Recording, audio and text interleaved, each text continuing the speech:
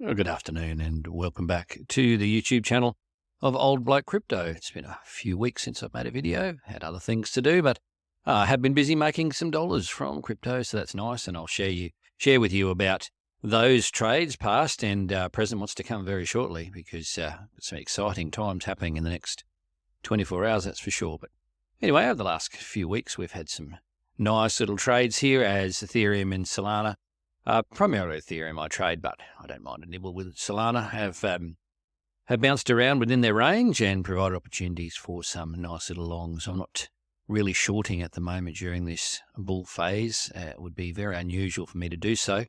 It'd have to really stick out to me, so I normally just stick with the longs when those opportunities arise. And as you can see here, had three nice little ones take place in the last couple of weeks, and there's more to come, of course, with FOMC. So let's get stuck into it and see where you can perhaps either place a trade or add to an existing trade. And as I say, always never financial advice when I'm making videos, and please hit the like and subscribe button for future videos when I get around to it, of course, and we'll go from there. Thank you. Before I get away from this splash screen, I will say, and just remind you in case you haven't heard me say, I only trade maximum leverage and only trade coins which are really at least 50 times leverage. So obviously with Ethereum, Bitcoin, you can trade at 100 times leverage. Solana is 75.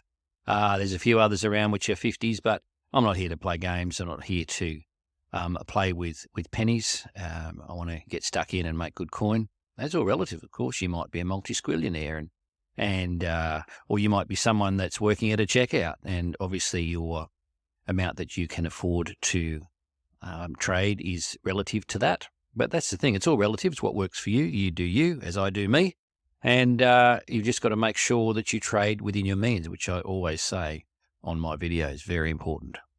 Right, so let's get into the meat of it, the charts, of course. And now I will say that FOMC, the interest rates decision in America, and the subsequent press conference, which is really they're both important. Some people ascribe greater importance to one or the other, but really they're both extremely important to the market. So that's coming up in approximately 12 hours from now.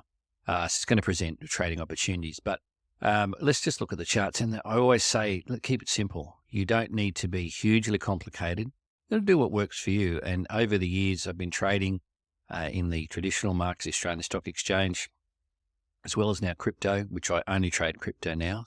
For the last 7 years. So in total, about 27 years in overall in trading. And so as I've gone through the trading experience, the more simplified that I can make it, the better. I've tried all of the different tricks and trades and very complicated formula, et cetera, and really, for me, it's just keeping it simple. It just works. So here we go. You'll see here we're in a range, and 80% of the time, as you've heard me say, markets range. Simple as that. 20% of the time they trend. So let's play our percentages. As you can see here with Ethereum, this is right now, we're around 30, just below 3,300, 32.68, I think it is at the moment. And you'll see here, moving averages, 200 moving average in the purple, light blue 50, and the dark blue 21. And very, very commonly used by professional traders, these moving averages, the most important, the 200 and the 50 EMA. Now, you see here, we're between the range low and the mid-range. And as I've been referring to this chart for a long time, and you'll see it just works. It's simple as that. And you see all of these wicks down into the range low presenting opportunities to grab. If you have the opportunity to do so, grab them. And I have, and then, of course, we're coming back up to the mid-range. Now, at the moment, Ethereum has not been able to break out of the mid-range into the upper part of this range towards the yearly high. It's tried, as you can see, and has been rejected. So we're just floating around here above the 200 and below the 50 EMA. So I already have trades, high time frame trade open. I've closed out my low time frame trades, as I showed you on the splash screen. But I've got the high time frame, and I've just been adding to my position. When we come down and get these wicks down into these lower areas, I have been adding to my position. So where do I see it going to in the next 12 hours, really, until FOMC and just after FOMC? Well, if I hadn't already opened a position, I would be looking, and you can see here these wicks here to the upside and to the downside for price to come in and grab these liquidity pools here and here. Now, 80% of wicks get filled to 50% of the level, right? 50% of wicks get filled to 100% of the level. So again, we're playing percentages here. So I'll leave you to work out the length of these wicks here. There's a bit of homework for you. When we get the whipsaw effect coming in those few minutes before FOMC and then with the press conference after it, you'll see price gets very volatile for Bitcoin and everybody else. And this includes Ethereum. So if you can set conditional orders, for example, at that 50% mark to buy. Again, as I said at the start of this video, I'm only placing longs during this bull phase. I'm not placing shorts. It's because we're in the bull phase, and that's just me. You do you, but that's me. I'm more comfortable doing that. So what we've got here is we're at 50% of this wick, for example, around 31.35. Now, if we're getting that whipsaw effect, you could set a conditional buy order at 3,200, another one at 3,100, and look, worst case scenario, you could go down to 3,000, and it doesn't mean it's going to get filled, but you can certainly place it there just in case you get an opportunity to do so, because you see right down 100% of this wick is around the $3,000 mark, and price likes to gravitate to round numbers with crypto, and that's just how it works, the psychology of the market. So again, you might want to open a position in those 32, 31, and 3,000 level marks. You might want to open or add. If I hadn't had a position already and hadn't captured those levels already, I would be opening a position at those levels or adding to them for sure. Because even if it's you expect Uncle Jerry to say, as usual, that you're going to continue the course, data dependent, but the market is very much expecting there to be broad hints from him that they're going to lower interest rates in time ahead, and that's coming, but you're expecting more hints, more clear and broad hints that the market would be expecting from him. So expecting the market definitely to whipsaw, but then the overall move after his speech to move to the upside.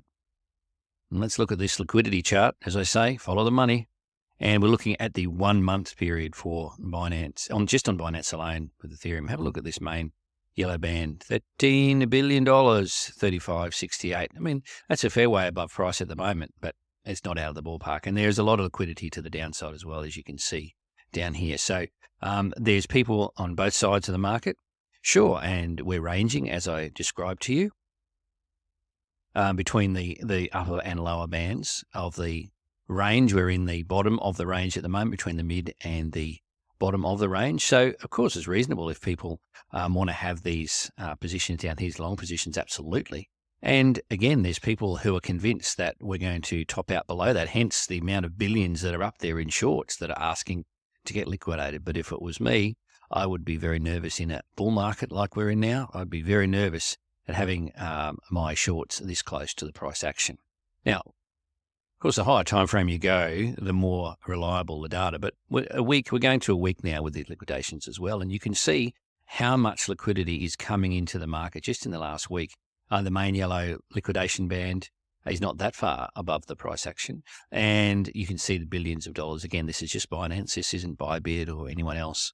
Here you can see the amount of liquidity that's there, just not far above the price action and also not below. So again, those whipsaws that I was telling you about, well, the big boys are going to want to whipsaw, as the term goes, the price to grab as much of this liquidity either side as they possibly can. So you're going to see this around that FOMC decision and the press conference afterwards, a lot of volatility as the market makers seek to grab this juicy liquidity sitting above and below. But as I said, the overall trend is towards the upside in this bull phase of the market.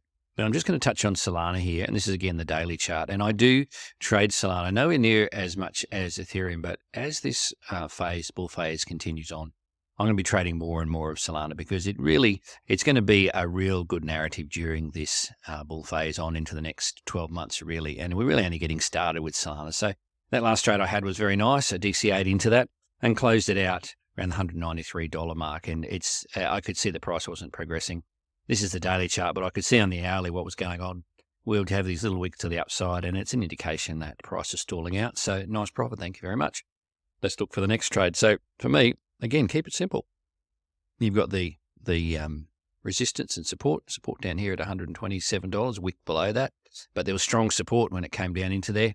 And then that resistance, as I said, I sold out at resistance yesterday at about $193. So yesterday, day before. Anyway, point is, so if price comes above that 194, gets acceptance, it's not far above the yearly high, of course, which is around the 210. If we get acceptance there, I'll be opening a long position there.